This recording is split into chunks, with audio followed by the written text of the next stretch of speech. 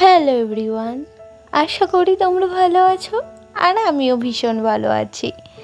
আর এই যে আমাকে দেখছো আমি এত বকবক করছি, আসলে আমি চেয়েছিলাম যে মুখে বলে ভিডিওটা ডাইরেক্ট করার জন্য, কিন্তু আমি দেখলাম আমি অত কমফোর্টেবল নয়, আমি রেকর্ডেই বেশি কমফোর্টেবল, তার জন্য আবার রেকর্ডও করছি। তো তোমাদের কাছে আমি অনেক দিন পর একটা ডেলি ব্লগ নিয়ে চলে এসেছি।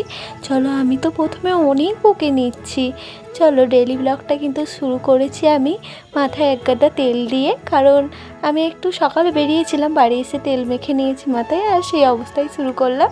তো চলো, ভিডিওটা পুরোটা দেখতে থাকো। আজকে বাড়িতে আমি কি কি করব না করব সবই তোমাদের সাথে শেয়ার করব। আমি এখন এই মাটির জিনিসগুলো নিয়ে যাচ্ছি ধুতে, কারণ এগুলো আমার একটু কাজে লাগবে। একটা জিনিস তৈরি করব এতে আর কি, সেটা এখন আমি তোমাদের দিকে বলছি না, কারণটা স্পেশাল থাকবে, নেক্সট ব্লগে দেখতে পাবে। আসলে একটা শরবত বানাবো, সেই জন্যই ধুতে যাব। আর যেহেতু মাটির জিনিস অনেক দিন ছিল পরে, তাই ভাবলাম ধুয়ে তারপর এটা শুকিয়ে তার মধ্যে একটু বানাবো। ধুয়ে তো নিয়েছি, এবার চলো একটা ভালো জায়গায় দেখে এগুলো রোদে দিয়ে দিই। শীতটাই দেখলাম যে খুব ভালোই রোদ আসছে, আর এখানটায় দিয়ে রাখলে এগুলো অসুবিধাও নেই, তাই ভাবলাম এখানটাতেই এগুলো সাজিয়ে রেখে দিই এখন। তারপর মা আমাকে বলে বাগান থেকে বেগুন গাছগুলোই যতগুলো বেগুন আছে সব কটা গিয়ে তুলে আন। সেই কথা মতন আমি বাগানে চলেও আসি, কিন্তু আমার চোখে না একটাও বেগুন পড়ছিল না। তার কারণ হচ্ছে যে একটাই, এই যে এই বেগুনগুলো না এরকম গাছের পাতায় লুকিয়ে লুকিয়ে হয়ে আছে।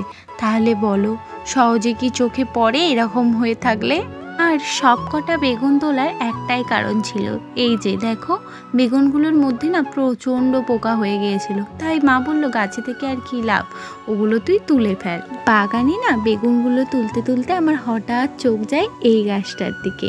এটা হলো জোয়ান গাছ। তোমাদের কাদের কাদের বাড়িতে এরকম জোয়ান গাছ আছে, বা কারা কারা চেনো জোয়ান গাছ, আর কারা চেনো না একটু কমেন্ট করে আমাকে জানিও তো। আমি তো জোয়ান পাতা ছিললেই এরকম একটু গন্ধটা নিই, কারণ আমার বেশ ভালোই লাগে জোয়ান পাতার গন্ধটা শুকতে। মা মশলা বাটতে যাবে বলে আমাকে বললো যে মাছগুলো একটু তুই ভাজ, তাই আমি চলে এসেছি মাছ ভাজতে।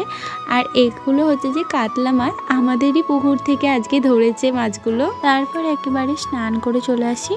আর স্নান করে এসে আমার কোনোই কাজ ছিল না, কারণ আগে যদি ভিডিও করা থাকতো আমি এই টাইমটায় বসে বসে ভিডিও এডিট করতাম, আর আগে থেকে কোনো ভিডিও করা ছিল না, সেই জন্য আজকে কোনোটাই কাজ ছিল না। বসে বসে একটু জানালার ধারে হাওয়া খাচ্ছিলাম, কারণ এখানটায় খুব হাওয়া আছে, ওইদিকে মাঠের ধার, সেই জন্য। আর এখানে বসে বসে থাকলে না আর ফ্যানই জ্বালাতে লাগে না। আজকে আমাদের সানডে স্পেশাল রান্নাবান্না হয়েছিল। প্রথমেই আছে এই যে তেতো, এটা ছিল মাছের পটা আর বেগুন দিয়ে।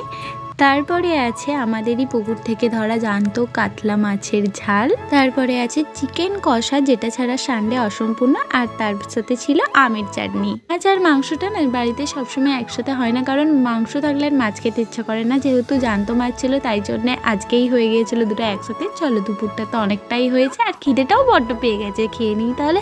আজকের মতো ভিডিওটা এখানেই শেষ করছি, দেখা হবে অন্য করে একটা সুন্দর ব্লগে। ততক্ষণের জন্য সবাইকে বাই।